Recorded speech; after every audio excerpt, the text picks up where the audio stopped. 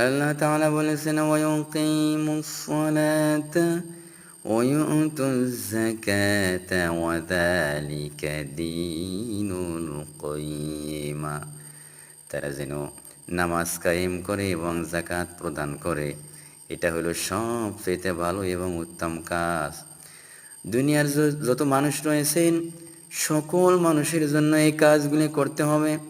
আল্লাহ তাআলা নির্দেশ দিয়েছেন, গোলাম তোমরা যদি মালিককে চাও, মালিককে পেতে চাও, মালিকের সবচেয়ে বড় দুইটা কাজ হলো নামাজ এবং যাকাত।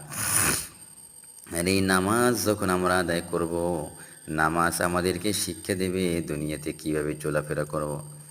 নামাজ আমাদেরকে শিক্ষা দিয়ে দেয় কিভাবে নেতার আনুগত্য করতে হয়, কিভাবে মানুষের সাথে চলতে হয়, ভাইয়ের খোঁজ কিভাবে নিতে হয়।